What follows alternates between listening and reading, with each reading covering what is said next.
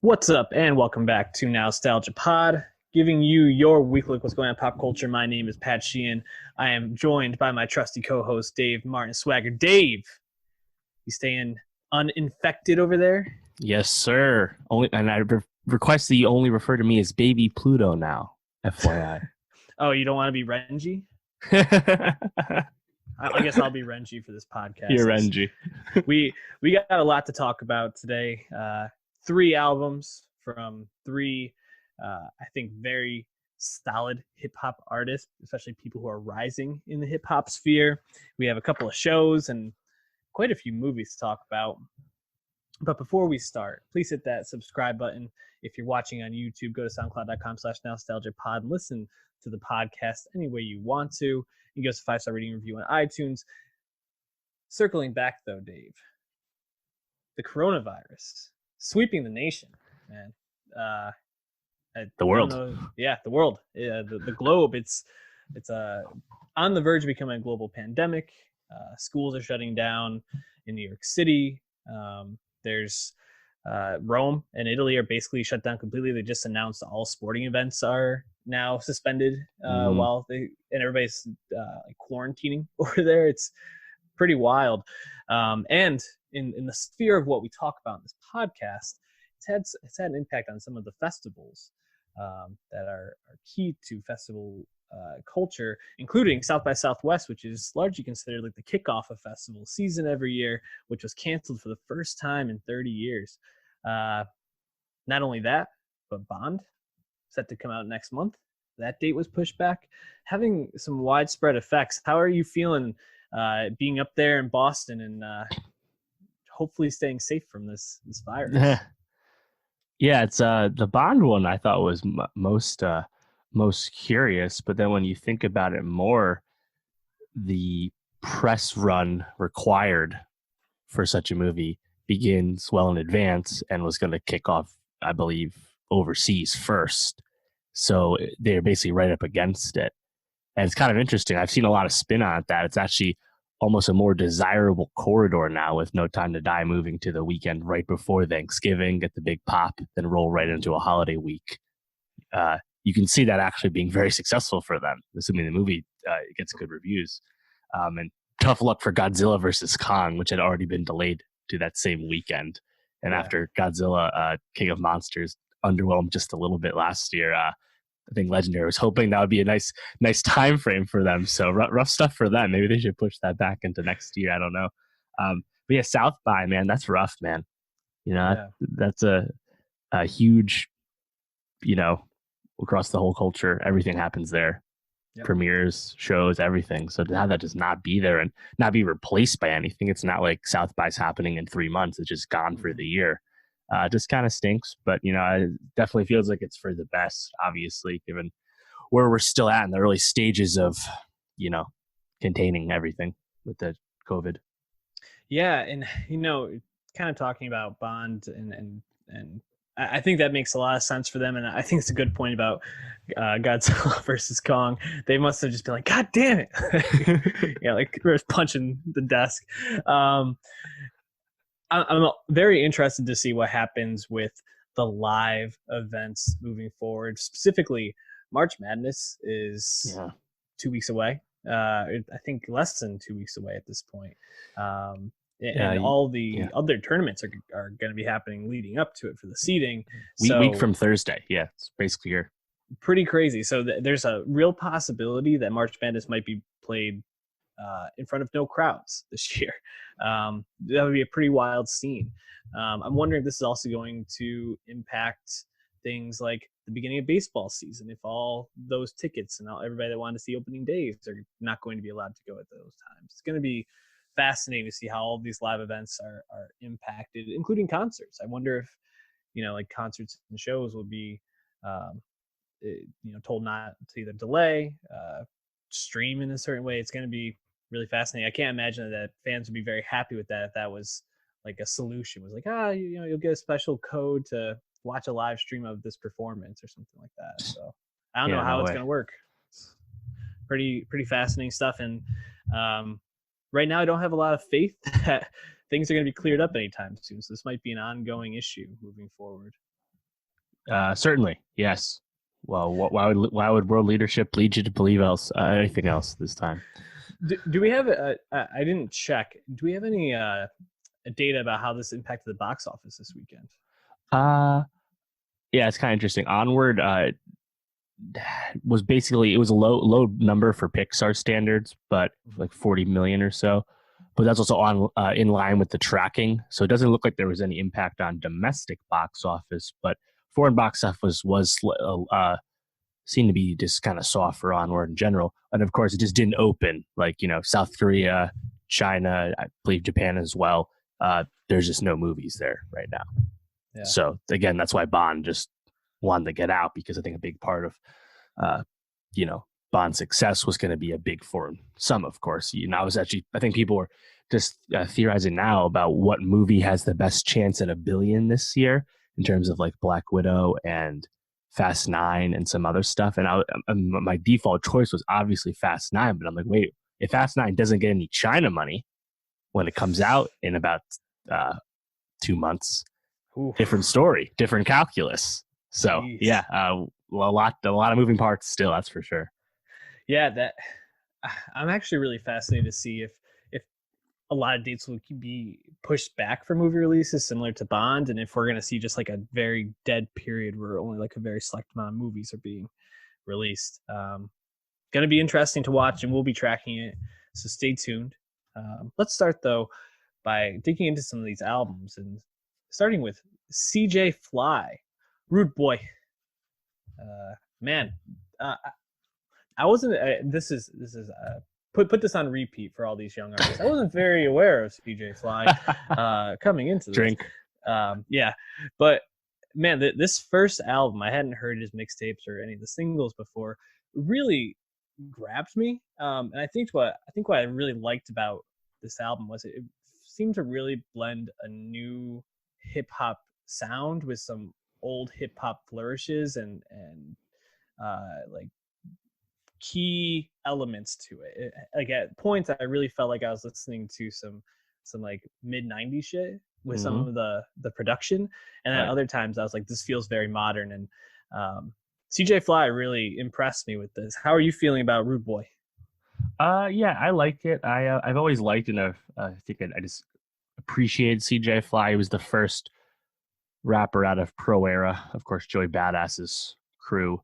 He was the first Pro Era rapper after Joey to release any solo material. So apart from those 4 early PE tapes, and yeah, the way I see it, 2013, Flytrap 2016, like you could see the talent, but I never was really wowed by his solo work, just because I never felt he maybe had like a strong enough presence enough to like stand out.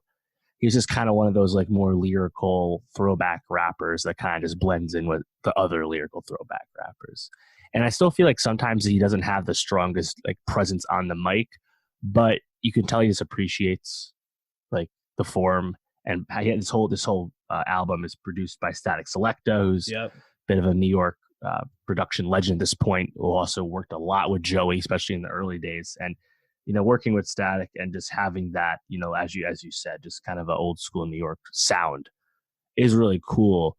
And then mixing that with like some more like Caribbean, West Indian patois and stuff, as the title track certainly leans into, is cool. So in general, you can just expect like a high bar for the Pro Era guys whenever they drop anything.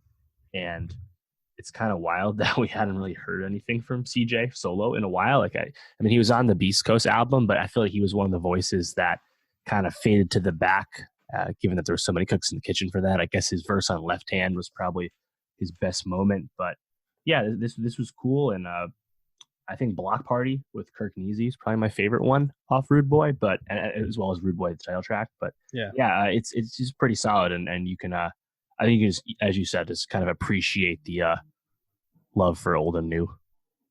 Yeah, it's definitely blended really well. And I was going to give Static Select a shout out on this because I think the production on this is just fantastic. It's pretty masterful throughout. And you mentioned Block Party, definitely one of the ones that stood out.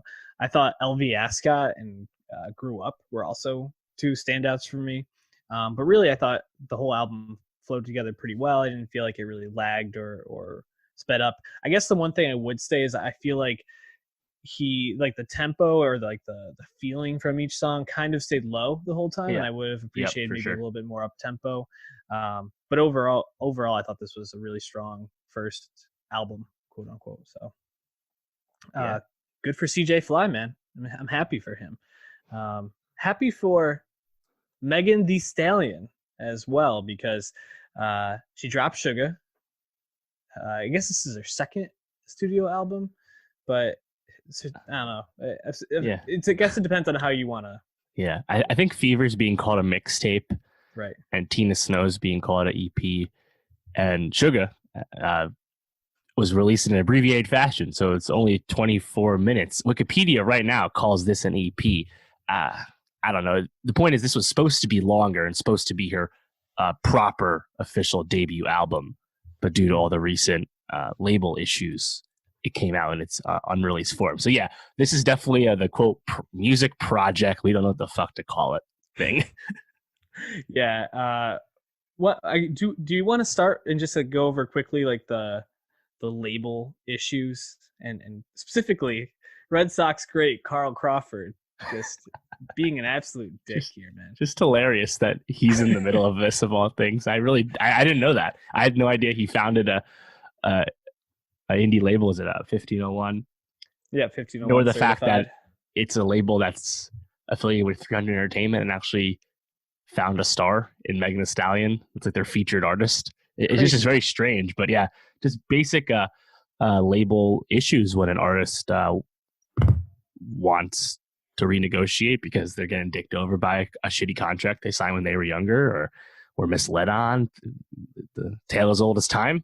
You can ask really anyone about. There's plenty of stories, and of course, it was certainly in the news for even someone like Taylor Swift having similar issues in terms of her masters and whatnot. So yeah, but for Megan though, it seemed like the temporary restraining order she secured from the courts was what she used to run with and release this incomplete album and just run it out there, which I guess is an interesting choice because like Megan Thee Stallion is popping, is in the zeitgeist. No worry about her going away anytime soon. Everyone loved Reeler. It was really, really great.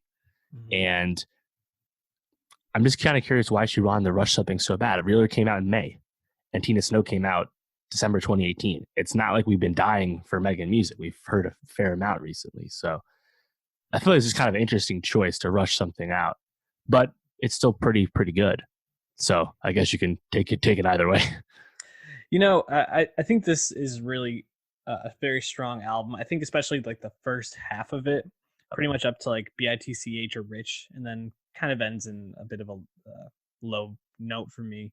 But it's interesting to think about kind of the where she's at, right? Because I think she said in an interview something like the money or from the sales of Hot Girl Summer and Tina Snow or something like that. She only got like something like 15K or like 50K or something like that, and sold, I mean, hundreds of thousands of copies. Just insane how badly she's getting dicked over by 1501 certified. But like you said, tales all this time with these labels and up and coming artists. I think this album could have taken a little bit more time and been a little bit better, but with the whole circumstance, it makes a lot of sense maybe why she got this out, thinking maybe like I'll fulfill another requirement for this and I have this restraining order, so just kind of get things out while I can and push this through the courts further. That being said, I really think maybe up until BITCH, this album was on track to be like a great album. I think it really lulls in the last couple. Crying in My Car and What I Need are pretty forgettable songs, but she just has a real knack for just coming across as like such a badass and just like for sure like just owning every track she's on. And it's such like pretty simple production. Like nothing on here really stood out as like, holy shit, like nothing on here. It's the level of Static Selecta, but she just crushes every single track that she's on. Like Captain Hook, which I added to our Nowstalgia Best of 2020 playlist. Just so badass. Like she just fucking kills that track, and it sounds so cool with that like sword sharpening in the background or like being unsheathed or whatever it is. And there's just little things like that throughout that just buoy her to being such a fucking star on this. It's really great. Did you feel the same way? Oh yeah, for sure. Ain't Equal, Savage, Captain Hook, those first three tracks are just more of the classic what we expect from Megan in terms of just fire bars, incredible confidence and presence on the mic. And it's just fucking hot bars like the whole time. And then you have something like Hit My Phone where I think that was also good too, because it's more hot bars from Megan mixed with blended really well with a really strong hook and verse from Kalani. And then BITCH, which was the lead singles, came out a few months ago. That one's cool because it's more of like a dipping into like R&B, in which I appreciate because we've known from two projects now that she has the bars and she has like that technical ability and she just fucking rap her ass off. But it's cool to hear, I think, play with R&B more. Yeah. And that's where I actually kind of appreciated the last few tracks on this, even if I think they're a little, undercooked, like Crying in the Car, What I Need. They just kind of reminded me of like how Rico Nasty and Doja Cat have also shown other sides to their sound. And I think especially even in Rico's case, that's not like their best work, but just proving that you're even less and less one-dimensional, I think is cool. And then like the case of Stop Playing, I think that's where it works the best because it's still more that R&B flair, but then she also like does Gunna's Sold Out Dates flows on a track with Gunna, and she basically just made a Gunna song with Gunna. That was pretty cool. But yeah, Rich is like 90 seconds long. Probably could have cut that. And yeah, I mean, at the end of the day, those last two tracks aren't that great, but I think it's just the sentiment of where her head's at in terms of evolving as an artist that I appreciate. Yeah, the Megan Thee Stallion takeover continues, man. She's a rocket ship in terms of female, but more like on the broader scale, just rap in the rap game right now. She's going to be a superstar, and if she's not already. Anything else you wanted to say about this before we move on to a surprise album? So I think it's interesting about the Megan album is that this is only projected to do 35 to 40,000 first week, which is actually up from what Fever did, which was 27. So that should sound low to people. It is, I guess, pretty low for a hip hop release. And you wonder if this got put out with 1501 doing zero like real distribution and stuff. I'm not sure about that, but even still, Megan is only one of like, I don't know, she's like one of like 5 female rappers that has had a top 10 album in like the past 10 years. And like after Nicki and Cardi, it's only a few other people, so she's already like, I think really just kind of pushing forward. And of course we talked a lot about the overall wave of new voices, female voices in hip hop, but she's certainly rising to the top, even if I think commercially there's still tons of room for growth. So we'll be hearing from her soon enough, hopefully. For being only 25 to have that be your contemporaries, the people you're comparing yourself to, Nicki and Cardi, pretty solid. So yeah. She's not hurting, even if maybe the sales aren't where they want to be or the streams. Why don't we move on though to Eternal Atake, an album that's been in the works since like late 2017. Yep.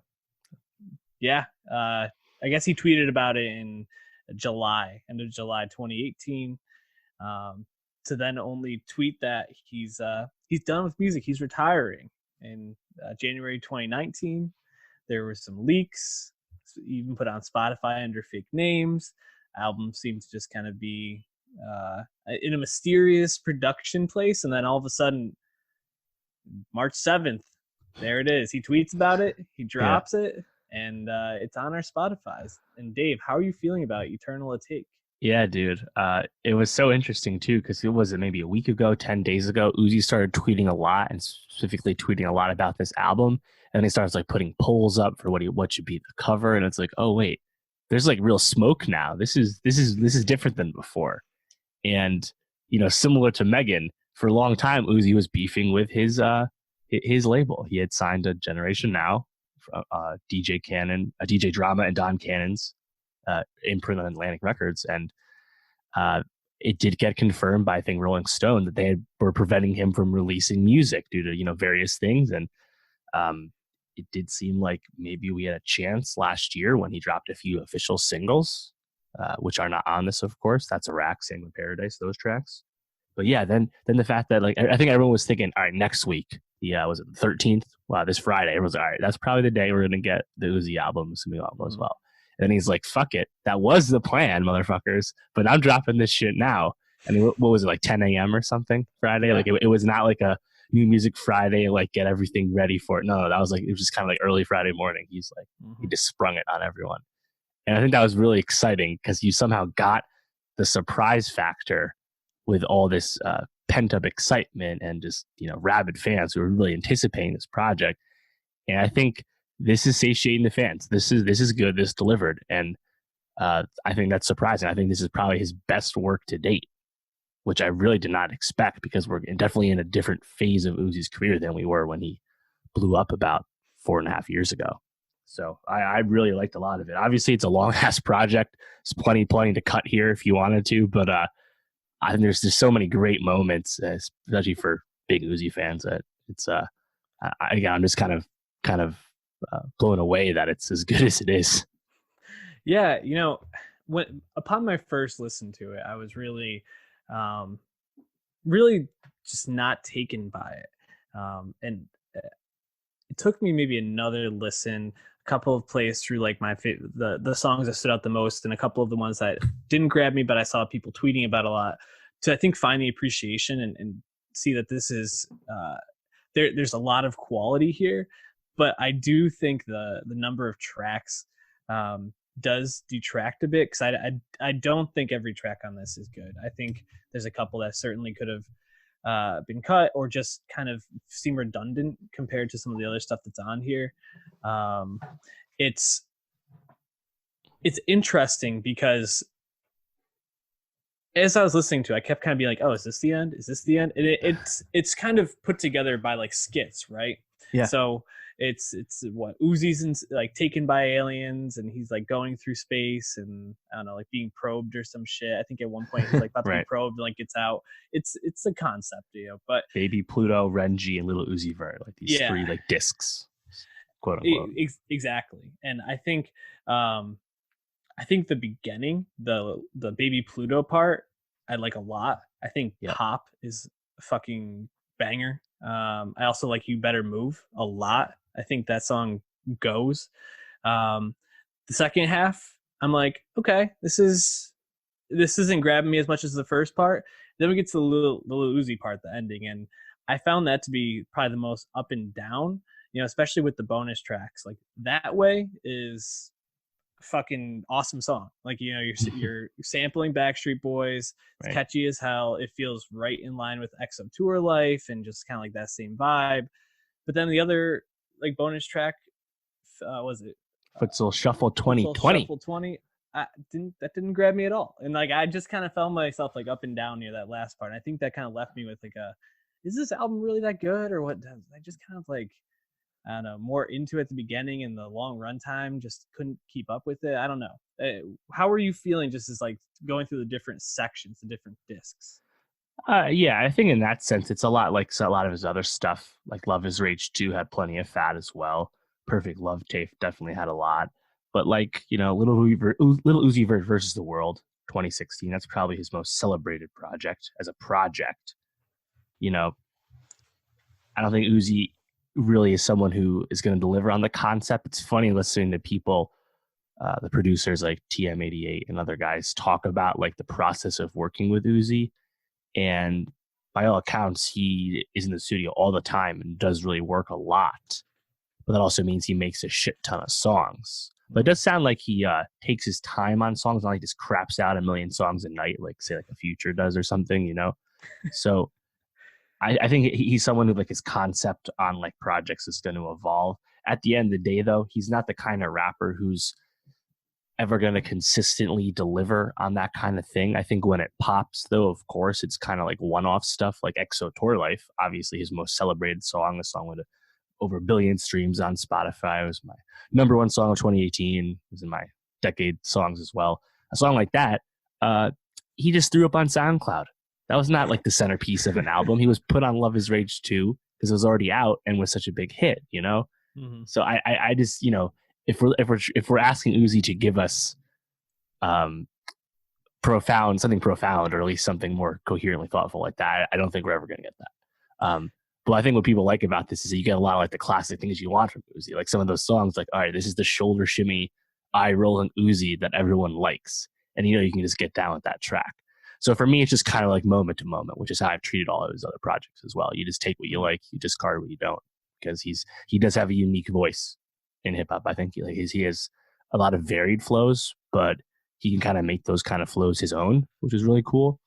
And at the end of the day, it's an interesting form of bravado, you know, like he's definitely just as cocky as Megan Thee Stallion, but they sound so different, of course. So Yeah, he's definitely. he's his own guy. I think that's why he ultimately has become so popular, because there's just something kind of endearing about his music. It, you know, just to maybe play devil's advocate, when this album dropped, the amount of attention it got, like on Twitter, the amount of excitement it really drew from people, it felt a lot like what you see for like a Drake drop or a Kanye drop. It's obvious that he is seen in such a and held to such a high stature within the hip hop world, and I think rightfully so. Like you said, he made a song that literally is like song of the decade. If you even did songs of like the, you know, since the 2000s dropped, it could possibly be in the running, or at least like probably top 20. It's that undeniable. Should we though then just kind of be like, yeah, he's gonna drop some songs that are good and just drop a lot of stuff that we're gonna forget about? Sure. Yeah, I think the key difference here is so that no one says he's like the best rapper in the game. True. You know, like people say Drake's at the top, right? And he usually is, or at least he's in the top 3. So then you hold that higher standard, you know. Whereas I think ultimately people treat Uzi with lower stakes, even despite the fact that he can transcend those low stakes from time to time. But yeah, it really is all about how you contextualize it. But you know, speaking to that excitement, right now, or at least Monday, 17 of the top 20 tracks on the Spotify US 50 are new Uzi songs. It's and crazy. Baby Pluto, track 1, supplanted Roddy Ricch's The Box at number 1 on the US top 50. The Box had been number 1 since December 26th. So now the question is, will The Box finally be dethroned from number 1 on Billboard, of course, where it's been reigning for like about 7 weeks, I think. So the interest, the consumption is without question. I think it's going to do around 300,000 first week, which is interesting because Love Is Rage 2, the last time we got a project, was 135. He's basically doubling his last project sales, which is pretty nuts. But yeah, so you mentioned some of the songs you liked. I agree. I think the beginning probably flows the best. The Baby Pluto stuff, Baby Pluto, Low Main. That's kind of more of a classic throwback Uzi sound. Towards the middle, I like Bust Me, specifically the first like 30 seconds. I think that really hits, then it kind of flips up into more slower stuff. Prices was cool. Prices, funny enough, is sampling Way Back by Travis from Burst Off the Trap. That was kind of cool, kind of like a low-key sample at that. I like Footstool Shuffle more than I think this is kind of just a catchy Uzi song, but I suppose not fancy or anything like that. Chrome Heart Tags I liked as well. Funny enough, that is produced by Big Sosa himself, Chief Keef, who's becoming a bit of an underrated, under the radar producer now, which is cool. But for me, of course, the highlight is P2 right at the end, which is, of course, sampling EXO Tour Life itself. Team 88 basically talked to Uzi, and they wanted to recreate the sound of EXO Tour Life in a certain sense. They stripped out with different drums, and they tweaked it a lot. And they somehow made like a sequel track that's, I guess, more personal than EXO Tour Life, which is funny because EXO Tour Life is like a really like introspective song that talks about being okay with being addicted because it keeps you controlled. Like the fact that he could somehow make a sequel to that thematically, let alone sound good once again, just kind of blew my mind. Honestly, when I heard this, you know, when I hear the beat, I'm like, wait a minute. And you realize their lyrics are different. Like I no hyperbole. My jaw really did drop. I just kind of like stare into the void for the first verse. I was like, oh my God, this really happened. And then I listened to this track like 20 times already. So yeah, I, this shit rocks. I, I think P2 is really good, and like you said, I think it's smart and definitely almost like a bit shocking because when I heard it, because I was listening to it while I was at the gym, and I think I was running or something like that, and I literally had to check my phone to see if I was still listening to Right. Eternal Atake or if like Spotify just kind of rolled it into like the top songs from this artist. I was like, holy shit, like it was a really like cool idea. I wonder if we're gonna see people start doing more of this type of stuff though. But this feels such like a interesting way to like you said, make like a sequel to a song. Yeah. I mean, it was a great idea. How did you feel about just like the overall like production and like the sound of this album? Yeah, I think it's ultimately kind of just it jumps around, you know. Yeah. Like I forget his name. Was it Brandon Nesson or something? Produced a lot of this. I forget. Yeah, it sounds like modern trap beats. Nothing too fancy. Nothing too special. Like I like the Chief Keef beef, but yeah, it just sounds like modern Atlanta rap. Really, nothing remarkable, I guess. I didn't think it was anything mind blowing, but I still felt like it jumped around enough and was varied enough, especially like tempo wise, tone wise, where I thought it was interesting. You know, something we kind of knock CJ Fly for. I think we can say the opposite is that he definitely plays around with flow, definitely plays around with tempo and energy, and I give him a lot of credit for that. Overall, I think this is a really solid project, but I think one that I'm probably rating a little bit lower than most people are, at least from what I see online. Yeah, I think ultimately it depends what you want from Uzi, because he also can give you those like slower sad boy tracks, you know, and I think sometimes those don't really hit. Those are not great hangs sometimes, you know. I just like him usually for the high energy stuff, or when it's something that just kind of transcends everything, like XO Tour Life. So I think people are just kind of approaching this for different reasons. So it depends what you like about Uzi. But yeah, it's not like I like the whole album. It's 18 tracks. Yeah, hard to make all those good. You know, he's giving you a lot of what you want still, if you're a fan of him already. So that's pretty great, because again, you know, this is a guy who teased retirement and has previously seemed to have had at least maybe something going on with substance abuse. Not really sure. So I'm just happy that, you know, it seemed like Uzi was truly in command of what he wanted to make, and did in fact deliver that. And like being the production, as you said, producer story. Apparently Uzi just goes through hundreds and hundreds of beats. Like he asks for like huge beat backs, and like he does seem to be a pretty methodical rapper when it comes to constructing his things. And like we said, I don't know if the themes that he's going for necessarily resonate, but I still appreciate his attention to detail, which I think a lot of people assumed he really didn't have when he kind of blew up a few years ago as a aloof young 20-something-year-old. No, I agree. We'll probably be putting one or two tracks onto our Nowstalgia Best of 2020, so go follow that on Spotify. I'm going to talk real quick, Dave, about a movie that dropped on Netflix called Spenser Confidential, directed by Peter Berg, starring Mark Wahlberg and Winston Duke, based off the Ace Atkins series Wonderland. And it seems like there's going to be quite a few of these made for Netflix. They definitely set up a sequel at the end of this, and I'd imagine if Peter Berg and Mark Wahlberg want to continue to make these, that they will keep doing it. However, I am hoping that this is the only one that they make. This is, you know, really Netflix movie, you don't say. Yeah, you know, it's. I was talking with friend of the pod, Sean McKenna, the other day about this movie, and I was like, you know, I'm watching this Mark Wahlberg, Peter Berg movie on Netflix.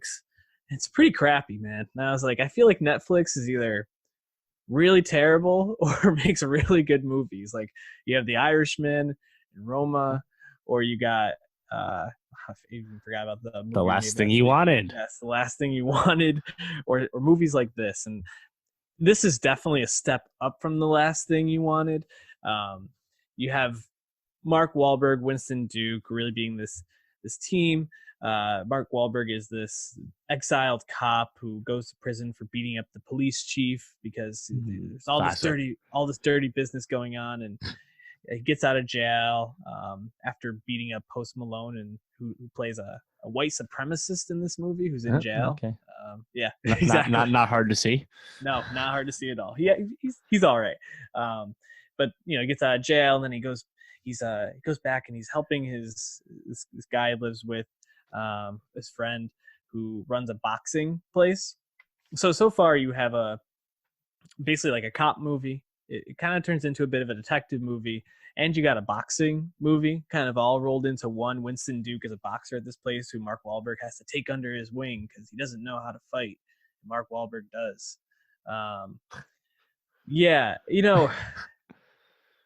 It doesn't do any of those three genres any justice, really. Like the detective side of it, like I feel like what you follow is just really uninteresting a lot of the time. The action and like cop movie type stuff it's a very like played up and very like stylized in a sense, and it feels almost kind of like you're watching a video game. Like you'll like I don't know, you'll be going through this adventure, and then you get to this checkpoint, and then it will like zoom out, and there's Mark Wahlberg squaring up with somebody, and then he has to fight the bad guy. Almost, it felt very weird. And then the boxing stuff, I just was like, why the hell is this even in here? I guess like you have to establish Winston Duke as this like killer, this guy who can like throw people through walls, bit of like I don't know, like a Bane type strong person, but with a big heart. He's very kind. It's like gentle giant who can like beat the shit out of you, kill you if he wants to. Eliza Scherzinger, the comedian, is the love interest for Mark Wahlberg in this, and like they have a very weird dysfunctional relationship and have this really strange scene where they fuck in a bathroom very loudly and break a lot of shit in there while they're fucking. It's incredibly weird, and just kind of feels like it doesn't really fit for the movie and make sense to it that much. And really what I was just left with this was just I just want Peter Berg to stop using Mark Wahlberg in all of his movies. 5 times now. Yeah, in the last 5, I think it was like Mile 22, Deepwater Horizon, this Lone one, Survivor, and Patriots Day. And Lone Survivor is like the only one that I think was worth making, and I like Patriots Day too. I actually haven't seen that one, but Lone Survivor to me is a good movie. It's a good war movie. And Peter Berg, he did Friday Night Lights. He did I think he produced a television show as well. He's got talent, but he just seems to have kind of fallen into this same type of movie, using Mark Wahlberg over and over. Doesn't seem to be helping any. I don't know. I just I want to see something different moving forward. I feel like they each can do different stuff. Mark Wahlberg's kind of interesting because I feel like he just kind of makes the same 3 types of movies, and then like just kind of rinse and repeat.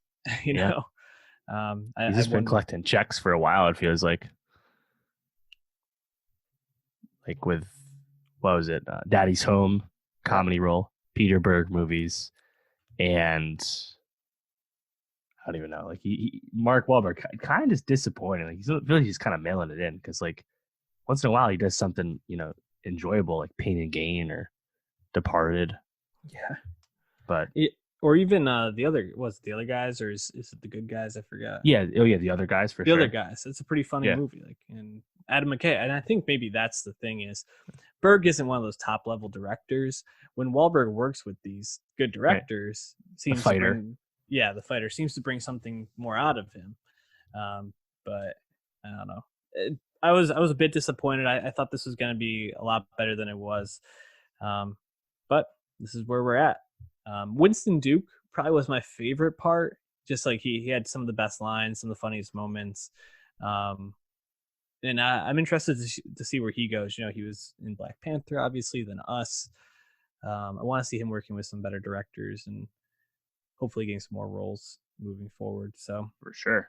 Oh, he's also good. Bokeem Woodbine shows up as the villain in this crooked cop who's Mark Wahlberg's buddy, and then you find out was really behind it all the whole time.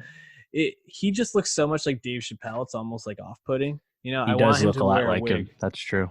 I want him to wear a wig like he did in Fargo, because Yeah. I just look at him and I'm like, yo, this is Dave Chappelle now fighting this guy. So overall, really disappointing movie. Let's talk about some better ones, Dave. Let's start with you want to start with Seberg or Emma? Let's do Seberg first. Talk to me about it. Yeah, Seberg is a very interesting film. This premiered at Venice last year and then just came out here in the States. Did not release wide. It topped out 373 theaters, and then it went down last weekend. So if you didn't get to see it, you're not going to, because this was released by Amazon, who never has box office success. So par for the course here, it'll be on Prime soon. Yeah, it's directed by Benedict Andrews, and it's about Jean Seberg, the famous actress played by Kristen Stewart. And this movie doesn't come quite together, but you can like see all the threads and like appealing parts about why they wanted to make this movie that would be tantalizing to anyone. And it's just kind of messy, which is unfortunate, because I think Kristen Stewart, who is quite a talented actress, but she's having a really bad luck with some poorly received projects, you know, Charlie's Angels and Underwater, and now this one. But I think she is giving it her all. And the Jean Seberg story is not one I was familiar with, but ultimately, really, it's about a movie about a famous actress who I think she was really more successful in France. Kind of became like a really famous part of the French New Wave at the time. And, you know, in the late 60s, she shows public support for the Black Panther movement and starts giving monetary donations, because she's, of course, a very successful, comfortably living actress at the time. And as a result, the FBI starts trying to ruin her life through the Counter-Pro program, which, of course, eventually became illegal. Doesn't sound like the FBI I know. Yeah, of course not, right? And along those lines, you have Vince Vaughn, who's this kind of shitty FBI guy who's playing a real dick, honestly. And his understudy is a new person to the force in LA, a new detective played by Jack O'Connell. And his wife is played by Mark Qualley. And, Seberg, early on, she meets someone affiliated with the Panthers, Hakeem Jamal, played by Anthony Mackie, and his wife is played by Zazie Beetz. She's like, oh, all these talented actors. This should be good. And yet it's not. And like, it's annoying, because I'm watching and I'm like, I get what they were going for. They're like, wow, this is kind of like Once Upon a Time in Hollywood. Sharon Tate, gone too soon, remembered for the wrong reasons. Should have been more than that. Jean Seberg, life was totally ruined by the FBI. After everything that happens in her story, you can look it up if you want. It's just history. She never acts again. Like her life completely changes due to this, and like you could see that that's like the thread they were trying to wield, but like they don't commit to giving Stewart, I think, enough runway to really run with the role, because she is good when she's given time, but like they kind of like pull back on the point of view, and we're almost focusing more on Jack O'Connell's presence in the movie, as he's like Hakeem Jamal has like a quote early on to Gene. He's like, in terms of like changing institutional racism and everything, he's like, change one mind at a time. And like, oh, okay. Well, that one mind was Gene, and Gene hopefully can try and make a difference, at least by just being an ally and, offering her house for meetings and money and all that. No, actually, this movie, that one voice was Jack fucking O'Connell, who was, the one doing all the surveillance, but decided that he realized he was being a piece of shit. And like, it doesn't come together. It's unfortunate, because I think there was definitely a much more, a much stronger movie that could have landed, I think, a more effective emotional punch somewhere in here. But yeah, you're just kind of wasting a lot of talent. Like Margaret Qualley, talk about a role does not pass the Bechdel test. She's just literally just playing the young wife for a new couple. I think she's just a tad overqualified for that at this point. As an Emmy nominated actor. So this is it's a bit of a miss, but I think it's an interesting movie to at least give a peek to, just to see Stewart. But yeah, it's kind of unfortunate that it didn't quite work out, because I remember when I saw the first trailer, I was pretty intrigued. But yeah, it's a little rough. To have a movie with where Kristen Stewart is the lead become about Vince Vaughn and his growth, and to kind of overlook the female lead is just, especially in this climate, yikes. Not what you want, and definitely something I think Amazon should have been like looking at more closely. Like, who is this actually about, and where is the plot going? That's a big need miss. To be rewritten, honestly. Jeez. Well, why don't we move on to hopefully a better movie, Emma? Yes, Emma. I liked Emma a lot more than Seberg. I think Emma's honestly really fun time. And Emma, of course, is a Jane Austen adaptation. It's been adapted before in film and TV. Jane Austen, as we know, probably most famously for Pride and Prejudice, Sense and Sensibility, just generally a wealth of works ready for adaptation, similar to Louisa May Alcott, who we recently talked about for Little Women. And I've never seen any of the previous Emmas. I believe the most famous one was with Gwyneth Paltrow. Had you seen that? No. Yeah. So I really didn't know what it was about at all. It's actually interesting because I think this is one of her last works that came out, but it's interesting because it's more of just like a more frivolous like comedy. It doesn't have as lofty, grand story as something like Pride and Prejudice. And I think at the time, actually, it was kind of looked down upon. It. Jane Austen's like, well, I kind of just wrote this for me. And I think the lead character, Emma Woodhouse, played by Anya Taylor-Joy, I think Emma is a character only I would like. But like, so and not that we were alive when Jane Austen was cooking, but I appreciate that attitude about your work. I was like, oh, fuck it. I wrote this because I wanted to write it. I don't give a shit what you think. Keep that energy. Yeah. It's cool because, you might watch this trailer and be like, this is a costume drama. I don't like costume dramas. I'm not into this. But the thing is, it's really, yeah, that's you. This is a period comedy, though. It's they're in the costumes. Yes, we're set in pre-Victorian London countryside, hanging out with some landed gentry. Emma is a very wealthy 20-year-old who does not need to marry because her single dad, played by Bill Nighy, is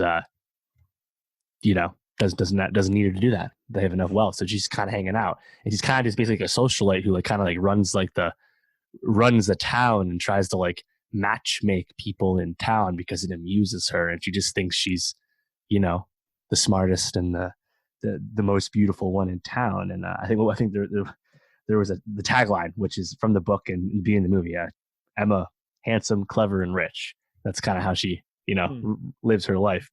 But what I liked about it was that, I think on its face, like it has very like Wes Anderson color palette, which is nice. And you see that combined with like the costumes and the settings, of course, and you expect that to be great. But because it's a comedy, I think it's actually best compared to something like The Favorite, but without like the more darker, sadder tone that occupies a lot of what happens in The Favorite. This is much lighter, and it also, I think, challenges the viewer because it really just throws you right into the story, right into the middle of these characters' relationships, and you are just expected to pick up on things as you watch the movie and learn about everyone. And going along with that, there's jokes that get set up in the beginning of the movie that you just don't really understand when you first see it. Then when they pay off at the end of the movie, you're like, holy shit, that was actually really funny. And like seeing these characters kind of like dress each other down, and of course, an older English parlance, it's just kind of funny when you like when the whole theater is like laughing at like an older English joke. It's just not something you do all the time. And I think Anya, I think I really loved her in Thoroughbreds in 2017. Yeah, everyone really liked her in The Witch from Robert Eggers. Definitely a really talented actress who's continuing to rise really fast, and we'll see how she acquits herself in New Mutants, although I probably won't hold anything that happens in that movie against her.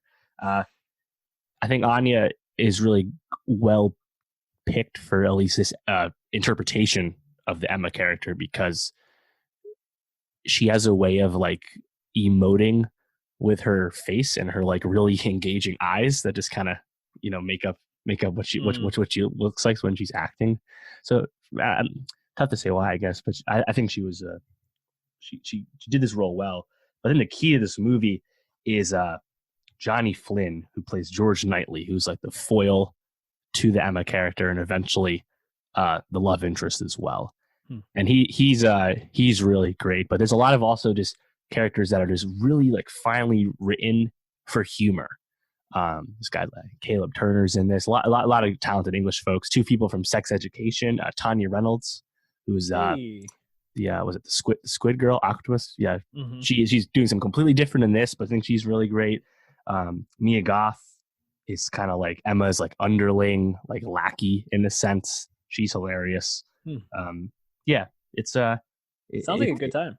It is a good time. I enjoyed it a lot. This is a directorial debut from Autumn DeWilde too. Autumn, I'm not familiar with her, but she's a music video director and photographer. This is her first movie, but I think she acquitted herself pretty well. And the score is actually co-scored by Isabel Waller-Bridge, the older sister of Phoebe. Wow. Look at that. So yeah, I think it's a really fun time, and I appreciate that the movie doesn't just kind of go through the motions as an adaptation. It does attempt to challenge you, and the title on the poster and in the movie is Emma stylized with a period at the end, and everyone's kind of theorizing, oh, are they like poking fun at it being a period piece? Who knows? I don't know. I think that there's a certain like unique charm to this, so I'd say seek it out if you can, because period comedies like The Favorite and this not too common, but they're fun. Yeah, when you were talking, it sounded like you're going to say it was like the Favorite, and that would make me want to check it out more than something like Pride and Prejudice. Just not for me, but add a little humor. I'm down with that. I'll check it out for sure when it hits, probably streaming more than likely. But we both were able to make it to the theater to see Onward, the new Pixar movie starring Tom Holland, Chris Pratt, Julia Louis-Dreyfus, Octavia Spencer. Pretty solid voice cast. Following two brothers in a magical world. They're elves, right? That's elves. Oh yeah, look at those ears, bruh. Yeah, they're elves who live in a more modern world. The magic is gone, or it's not as common Lost anymore. touch with the world. And in classic Pixar fashion, one of their parents is gone or missing in some way, and they're on a journey to find a way to meet their dad just for one day. I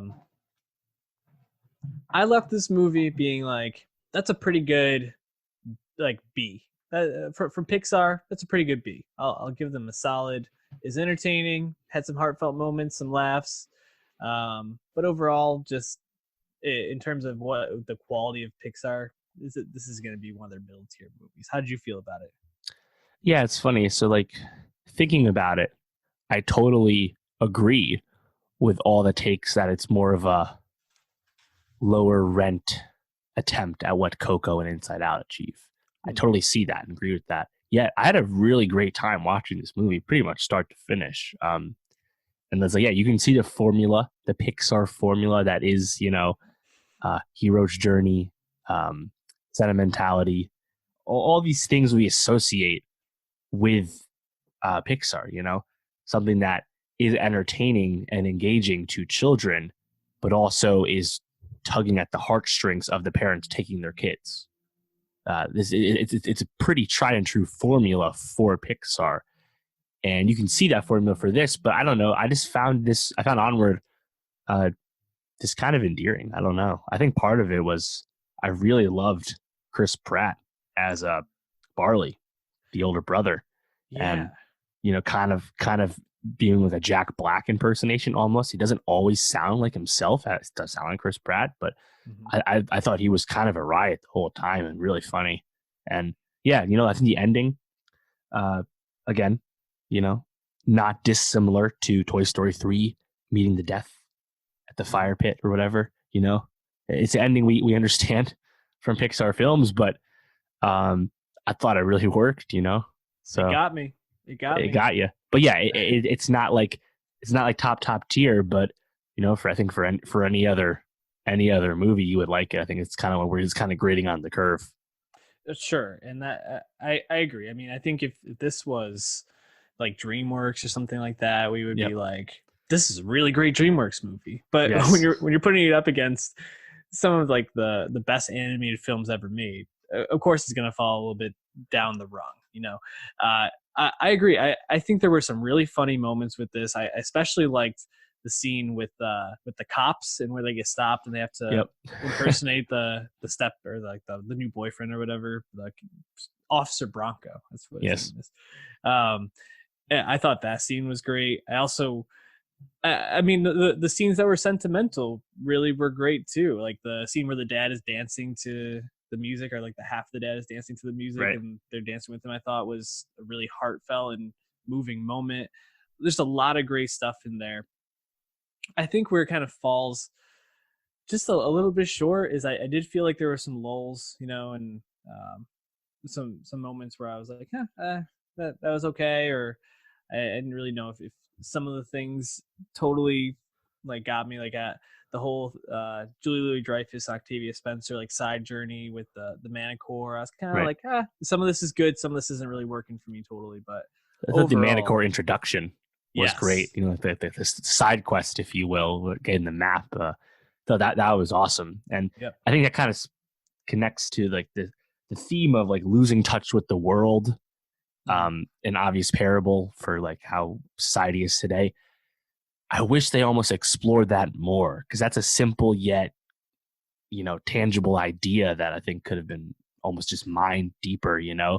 But ultimately Pixar has to kind of, I think, just want to reel everything back. It's still clever. And I actually appreciate that it's ultimately just a small scale story. For now. Right. There's definitely going to be a sequel to this. Well, and that is the thing. This is their first original film since 2017 with Coco. They only released, I think, 3 original films last decade: Brave, Inside Out, Coco, and 04, and The Good Dinosaur. And there was, just sequels, right? And even if Onward is more towards the middle, it's still something brand new. And I think that's what we should ask Pixar to give us. Don't make Coco 2. Don't make Inside Out 2. Make new things. And we don't know anything after this year from Pixar. There's nothing else. Now that we're getting another one, Soul, in June, another original film. So that's cool. But yeah, I think the lesson that you should take from Onward and the relatively new to box office, I think, again, I think for sake of the art, the Pixar formula is so tried and true. Just apply it to new stuff, So we don't need all the sequels all the time. But yeah, I think in terms of like middle tier movies from a production house that we're well familiar with, pretty solid. Definitely pretty solid. I'd recommend people check it out. Oh, there's also one funny observation I saw. The Phoenix Gem, of course, the MacGuffin of this film that powers the magic staff. Just the latest line in Magic Stones of late with Parasite and Uncut Gems, and of course Avengers. So shout out Magic Stones. Yeah, when I saw Onward, the first thing I thought about was definitely Parasite. That was the first, my first comparison for it. Why don't we move on to some television shows? Moving on from some movies. Devs, the Hulu, FX. I guess it's FX on Hulu. Right. Produced by FX on Hulu. First one that they've really put out like that, I believe, and from Alex Garland, director of Ex Machina and Annihilation. Also, like, I've been a writer of some pretty good movies in the past. Wrote The Beach. Yep. And 28 Days Later, some really respected person in his field. Directing this, oh man, I don't even know exactly how to describe it. I think mini-series. It's a mini series, but I think describing the genre of it, I mean, it's mysterious right now. It seems like it's partly action, partly mystery, partly sci-fi. There's a lot going on in the first 2 episodes that were dropped on Hulu last week, and I think what I'm most taken by, and we'll probably talk a little bit more in depth about, is the style of this show and the look of this show, but also like I feel like so much and so little happens in the plot, and I'm so confused as to like what is actually happening in some of these scenes that, man, I'm just intrigued. Like that's the best way to put it for me. I'm so intrigued by what's going to happen with the show and what visually we're gonna be seeing. You got to be watching. How are you feeling about devs in the first 2 episodes? Oh yeah, man. I'm of course totally in. Alex Garland is just someone I think just deserves tons of admiration. He's directing all 8 episodes of this. He wrote all 8 episodes of this. He was also the cinematographer. He is one of those true sci-fi auteurs we've got of late, you know. Ex Machina was on my decade movie list. Annihilation, my 2018 movie list. I love his work, and I also am really intrigued by devs as well through 2 episodes for the same reason. His vision is just so stark, you know. He's an effect on, you know, what he's trying to do. And I think in terms of a TV comp right now, I'm almost thinking of like something like Maniac, you know. Maniac even had a little bit more plot, but ultimately it was like Cary Fukunawa's vision that you found most tangible early going. Like I see that there's a steady hand right now that's really trying to do something specific. Even if I don't know exactly what that is right now, I think we have a good enough track record in Garland's case to have a lot of faith. Yeah. And, you know, at the end of the day, there's just amazing visual after amazing visual. Think of like the gold box that is the machine in the dev's facility early on, the first episode, stuff like that. It's just always engaging. Garland is always someone who doesn't really waste any of his frames, you know? No. And that's just something I find really, really intriguing. So yeah, really, really excited about this. Yeah, and I went into this doing very little research about it, because I kind of wanted to be surprised, but also knowing, like you said, this is a creator and auteur that we can trust to deliver something interesting and quality. So, you know, in the first episode, you have Carl Glusman playing, I forgot his name, and he's this coder, works at this like Apple like company, you know, Google like company, and called Devs, and you think it's going to kind of follow his journey into devs and what they're creating. The company is named something else. Was like Onway or something. Devs is like his project at the company, right? Devs is the project at the company, and he's at the end of the episode killed. You know, like, or not even the end of the episode, like middle of the episode, and it totally takes a shift into being about his girlfriend. I'm looking up her name right now. Played by Sonia Mizuno, who was in Ex Machina, of course. Yep. And her name is Lily. She's the main character, and kind of her like unraveling the story, against Nick Offerman, who plays Forrest. And it's of Amaya. Got it. He's the CEO of Amaya, and kind of like his team, he has his thug who's like the security guy. He's got like his right hand person. Was it Kaylee Spaney? Yeah, from like Newsroom and things like that. Yeah, Allison Pill. Yes. Yeah, Allison Pill. Sorry, it's Katie.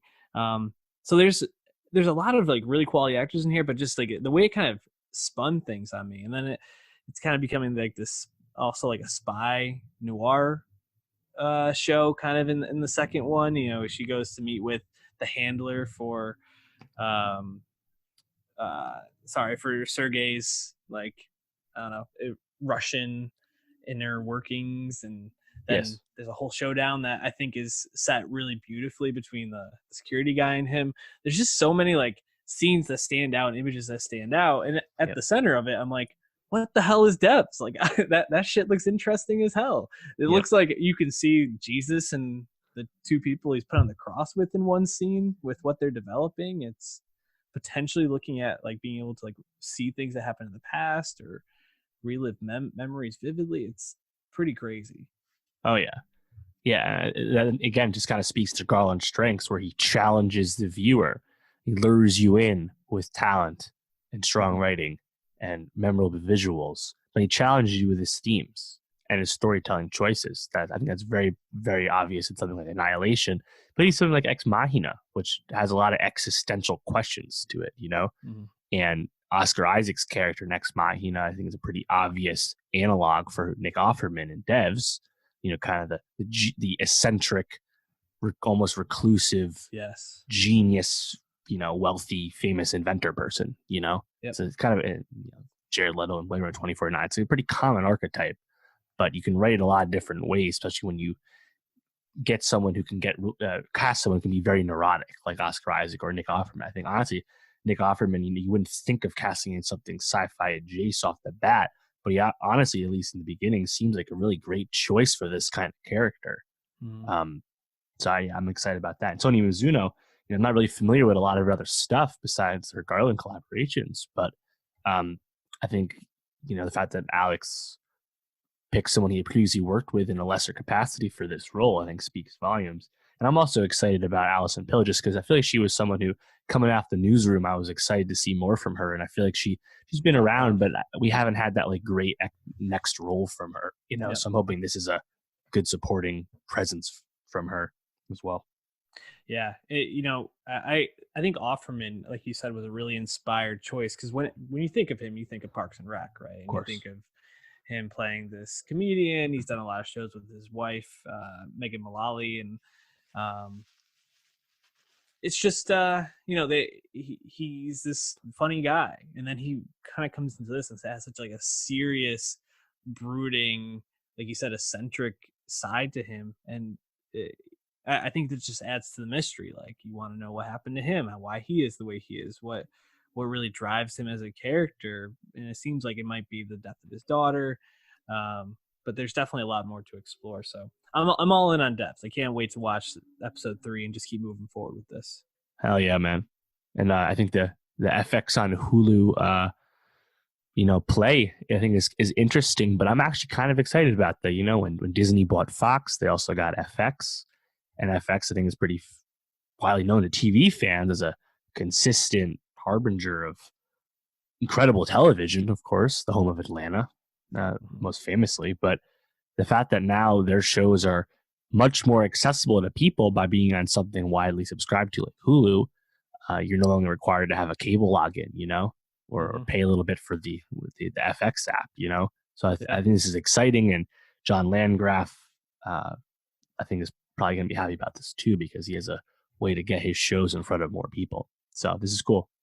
Definitely. Why don't we finish up with The Outsider, a show on HBO that we didn't talk about. We knew was coming, but I think we both were like interested in it, but maybe not bought all the way when it first dropped. And then, or at least I wasn't. And then it kind of took everything by storm. It also just came out like second week of January. We were just kind of busy covering other stuff anyway, so it was an easy wait and see. We try to bring you as much as we can on this podcast, and that's why we're circling around as The Outsider wrapped up last night. And I'm going to kind of give you the floor here a little bit, Dave. How do you feel about the finale? But I think just the show in general. It's adapted off a Stephen King story.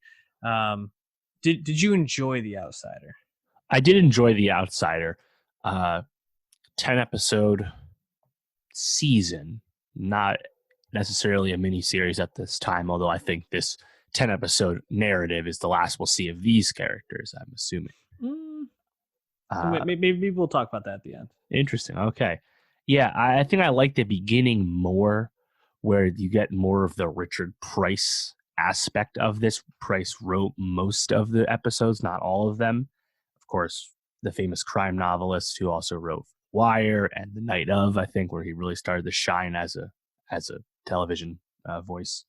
And the initial setup, I think, is just flat out dynamite, where you have the prospect of somebody literally being in two places at once, clearly committed a crime and clearly was not able to commit the crime. It's really high concept, yet it's executed in such a perfect way.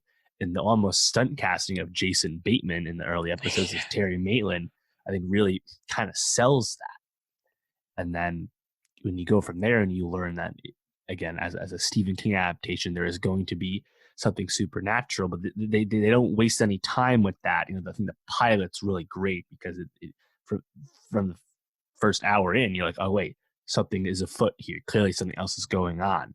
Mm-hmm. And you know, once they bring in Cynthia Erivo's character, yes, what was her name? Lily, Holly.